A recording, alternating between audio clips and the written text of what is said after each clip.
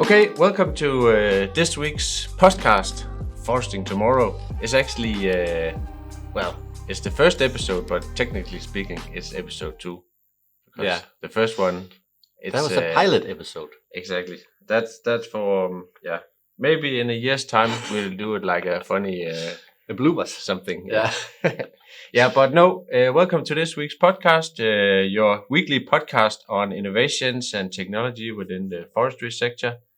Together with me, Jens Isbak, we have Rasmus Pedersen, our house doctor, and I'm the house doctor assistant, or something like that.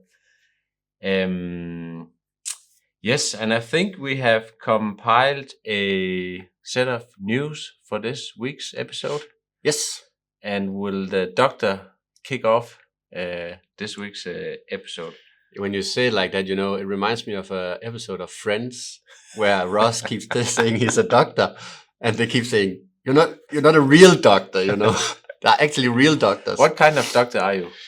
Well, I do have a PhD, which, as far as I remember, stands, if you translate it, for a doctor in philosophy.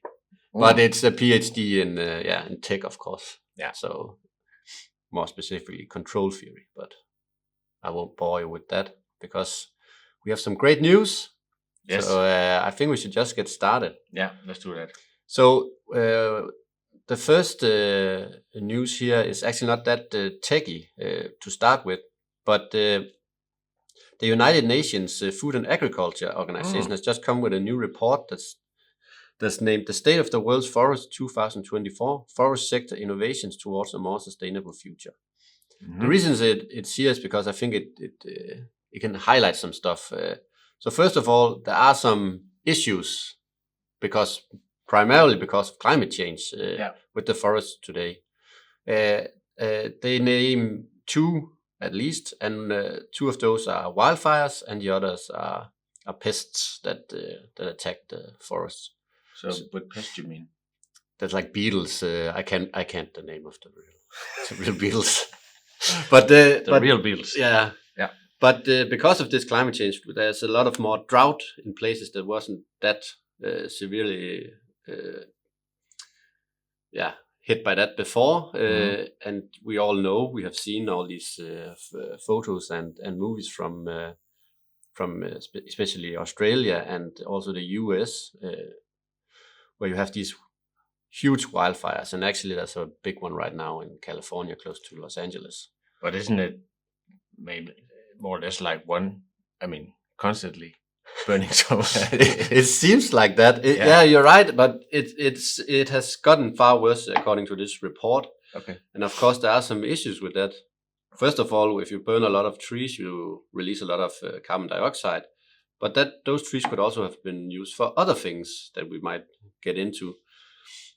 So that's of course not great, and it's of course also dangerous for people and animals. We have so many wildfires and so huge wildfires.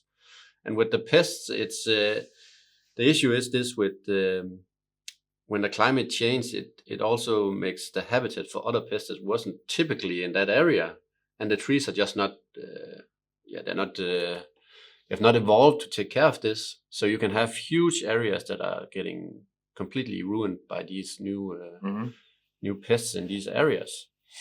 But to get it back on the technology track. A bit on the technology, because also stated here is that actually we have never produced more timber than we do now. Okay. So we still have a huge timber demand. Yeah. And increasing timber demand. Yeah. So you can also see if we have a lot of trees dying, this is not a great thing. But they come with what should we do about it? Mm-hmm. And the innovative solutions that they name here is where one of them is we need to use technology. Yeah. There's also other things such as social and policy and so on, of course, and also institutional and financial ideas to do something. But technology is one of the main drivers towards changing this. And there's, of course, the technology of us stopping so much carbon dioxide into the atmosphere. But there are also other solutions, and one of them is, of course, we need to survey our forests way more. because if you can stop, for example, a wildfire soon, you can make sure it doesn't go completely off. And the same with this pest. If you can identify it soon, then you can do something about it before it has these severe consequences. So that, of course, leads us into the technology part of it, because so what are the technologies that we need? And, yes, tell me. and also, they actually also mentioned this. This is not just a technology question. It's also how do you communicate? Yeah. Okay. The things, because how do you get people engaged in the knowledge of the forests and so on?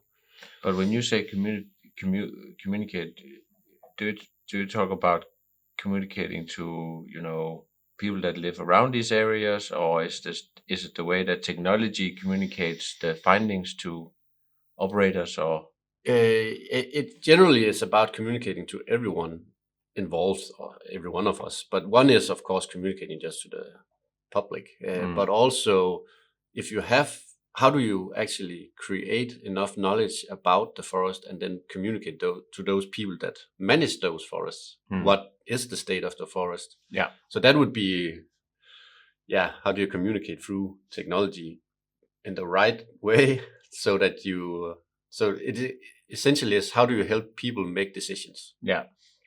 Using technology. Yeah. And that kind of leads into one of the areas that I would like to talk about today, which is probably many people have heard about this, but LiDAR technology has entered into the forest section as well. Yeah. And LiDARs are not new at all. That's where you're I know a little about the the technology in it, and also what they, of course, have been used for in many areas. Yeah. How old is the technology? It's from the 1960s. Okay. So where was it first used? I primarily, when they first, of course, it was to measure something of a far distance. But when it was firstly commercially used, is typically for measuring, land measurements over further distance to get more precise measurements. And actually, I know this from Denmark that Storebælt. You have two LiDARs always measuring, because you can measure the state of the bridge. Yeah.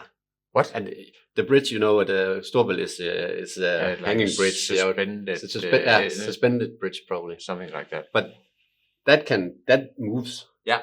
But you have LiDARs constantly measuring where it is, so that you can. From the beams, or? Yeah, you have them sitting on each side of the bridge. Yeah. These large LiDARs can, kilometers. Yeah. So that's a place where they also use constantly. Interesting. And then also, as stated here, of course, where we see a lot of it moving into is automation, like robotics, and also self-driving cars. Some cars use LiDAR technology, and some don't. No mention here. So that's primarily where it's been used. But now we see, mainly because, of course, the price of them are getting lower, but also the size of them are getting lower. So now you see them not only on cars or on planes, where they have been used for a long time to measure landscape as well. Yeah. But you see it actually also on drones today. And I'll also get into a little where you also see it, which is I think is it's a fun way to see the usability of it, but I'm not sure how usable it actually is.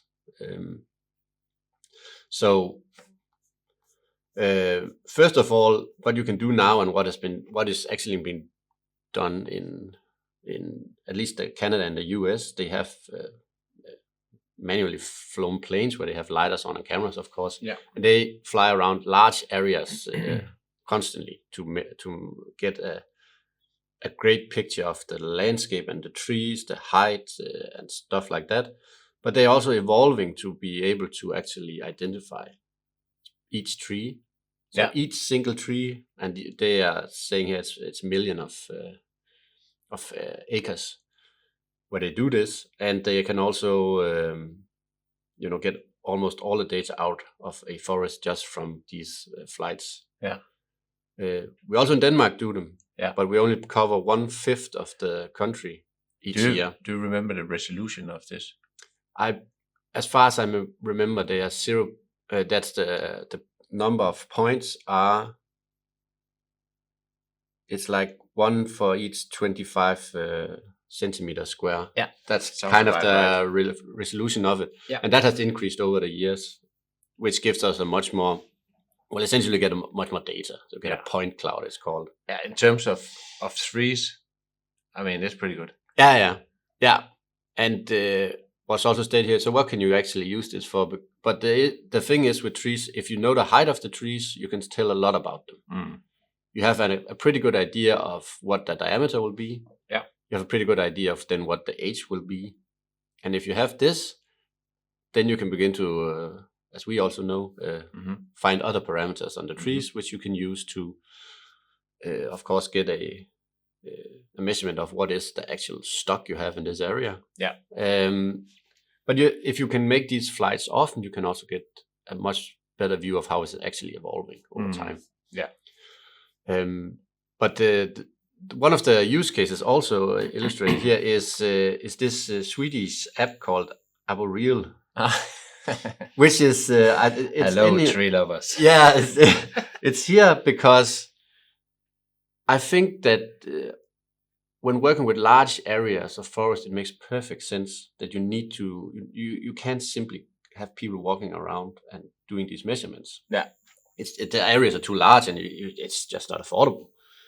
So what technology we can get from airborne lidars, but also that could also be drones, not only planes, but also how far are we from that technology moving upwards into space, where you then again can cover a much larger area and actually make the data readily available for everyone. Yeah.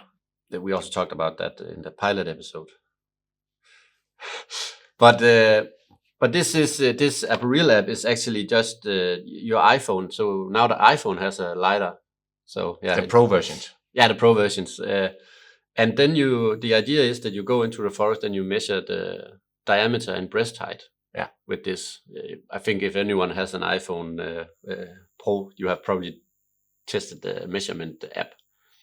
So essentially, but you don't need the Pro to try the measurement app.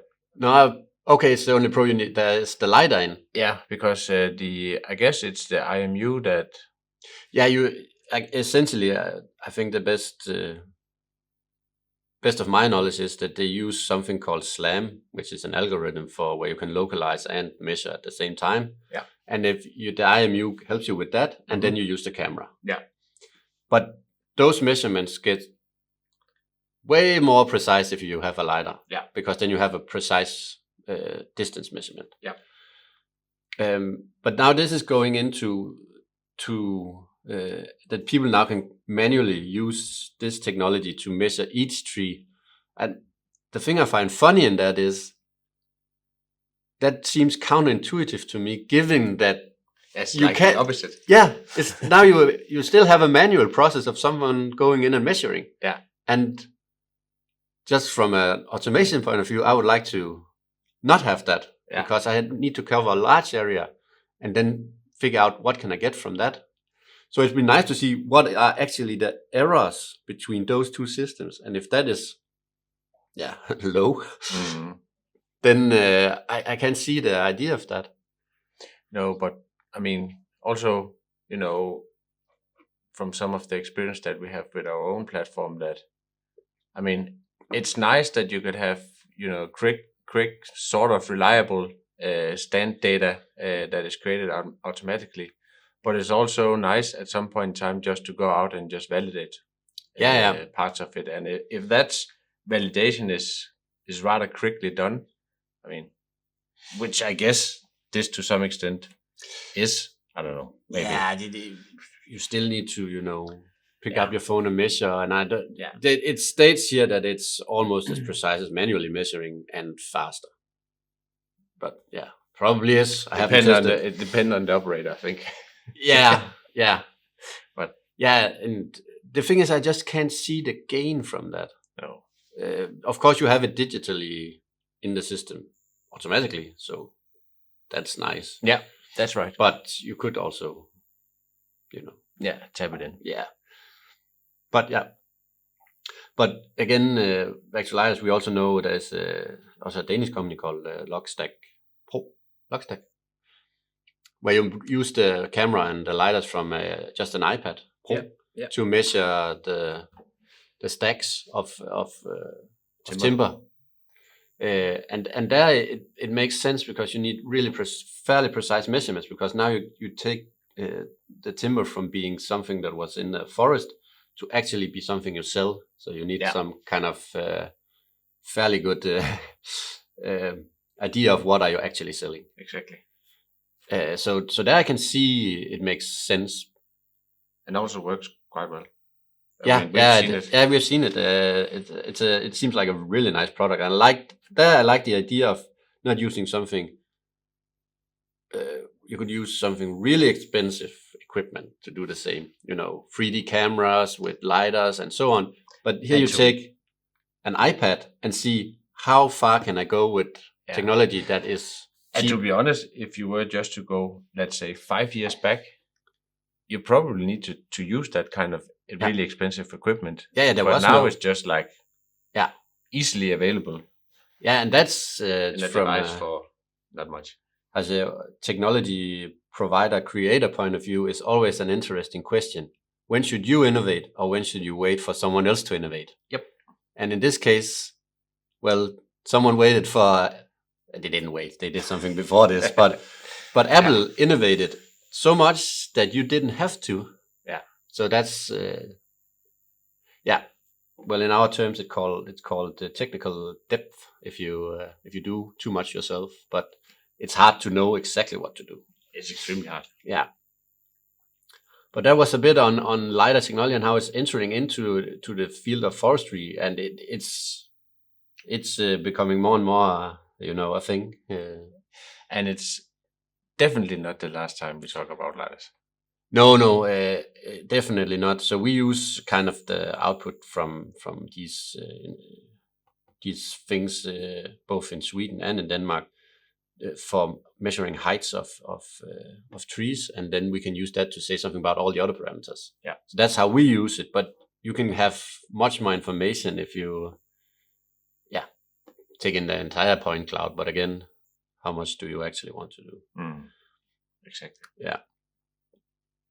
So that's it from me on the news. Don't look so sad.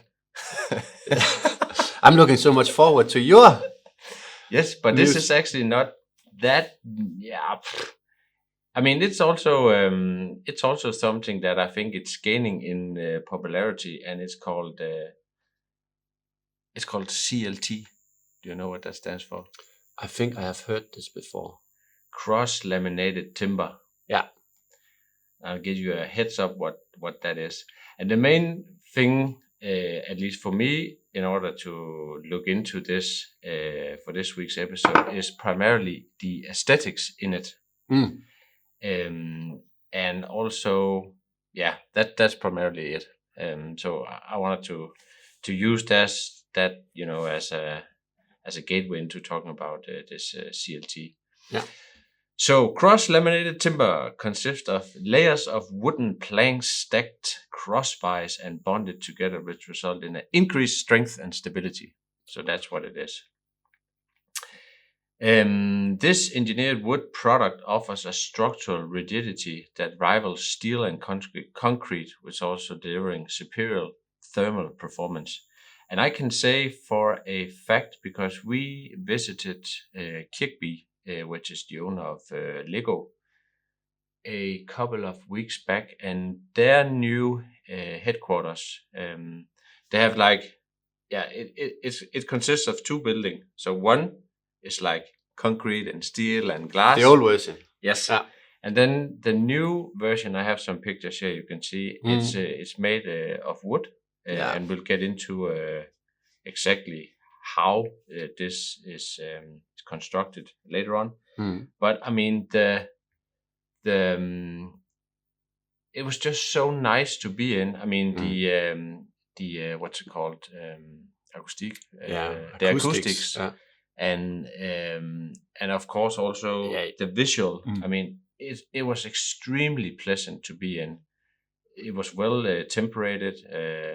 It's just like, you know, it was amazing, and it's just so pretty. You could see it here. Yeah. So so and of course it says, I mean, this article is primarily, you know, is like a summary of what CLT is. But is it a new technology? It's just, if the sports centers or halls, I don't know what it's actually called. Yeah. These huge beams that hold the entire roof. I've just seen those. They have always been in these laminated, but it could be another way of doing it. Line? No, not line. I don't know. It's called limtræ in Danish. What would that be in English? But you're absolutely right. It's been there for decades. But you also have like what's it called in English? I mean, you know, these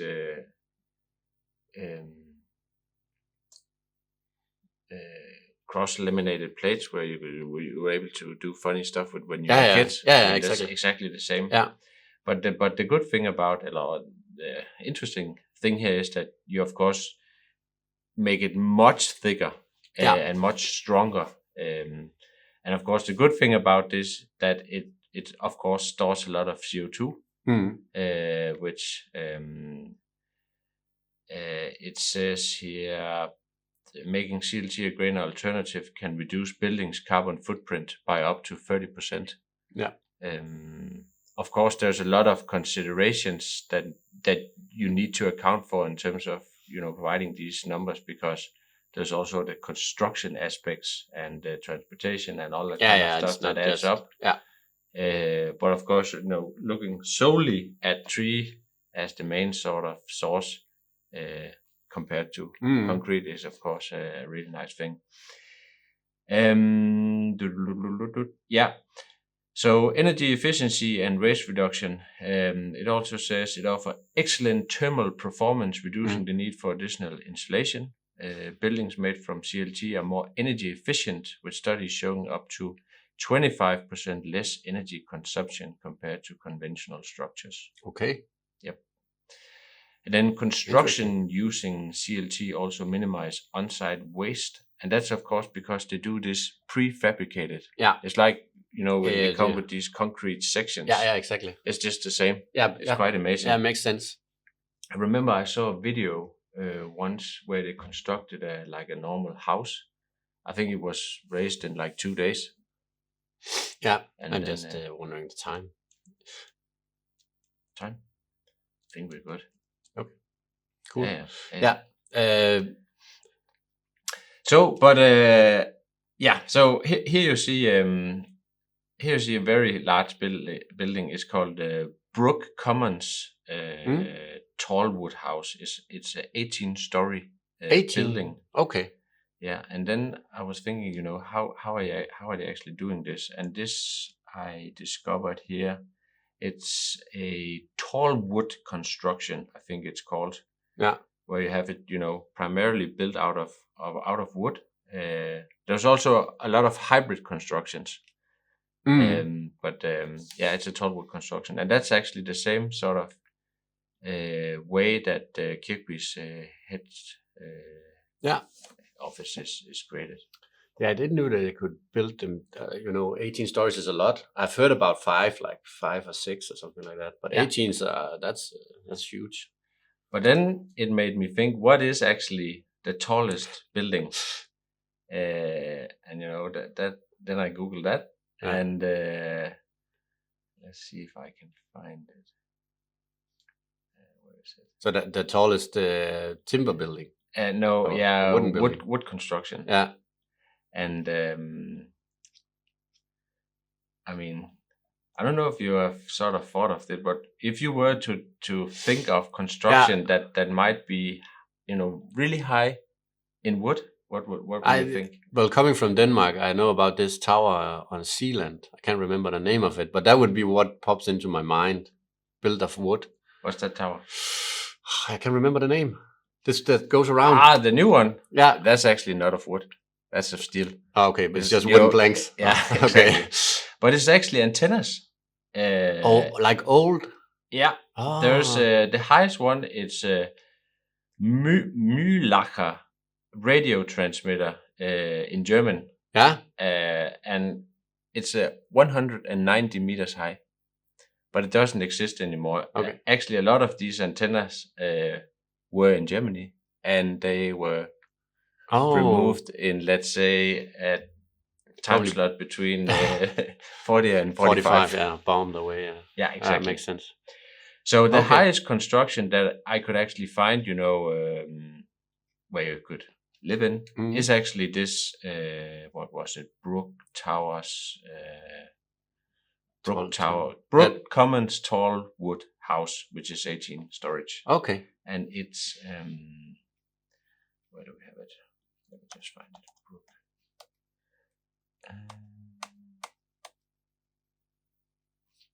53 meters. Okay. Yeah. But the highest construction today, which is still, standing, it's also an antenna. Okay.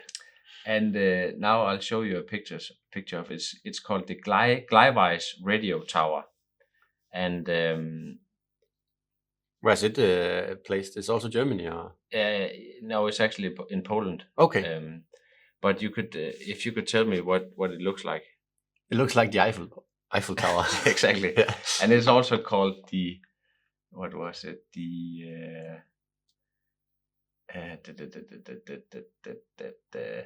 The Silesian Eiffel Tower, and it's the part of, actually I think this part in Europe is also both in Poland and Germany and. Okay. Yeah. So, but anyway, it's in Poland. Okay. So the height of this is, let me see, what was it? 111 meters. Okay. And you're right, it looks like Eiffel Tower. Yeah. Exactly. So so that's cross-laminated timber that took me all the way back to some very old antennas. But just maybe a short notice, yes, because when I was at Aalborg University, I was part of a project for a new robotics lab, and actually that is being built in timber. Yes. For at least one reason is that you need, the idea is that you need to be able to use like 80-90% of what you build again, so you need to be able to disassemble it. And that, again, wooden stuff just makes sense because it's easy to disassemble. It makes a lot of sense. That actually resembles, I think, the Kirkby head office. Yeah. I think there's like a company that does this in Denmark. Yeah, it probably is. It seems like the one they use is. It seems like they're pretty good at this. Yeah, it looks a lot like it. Yeah. Great. I mean, time is running up, so we better. Well, actually, we had some more news we would like to.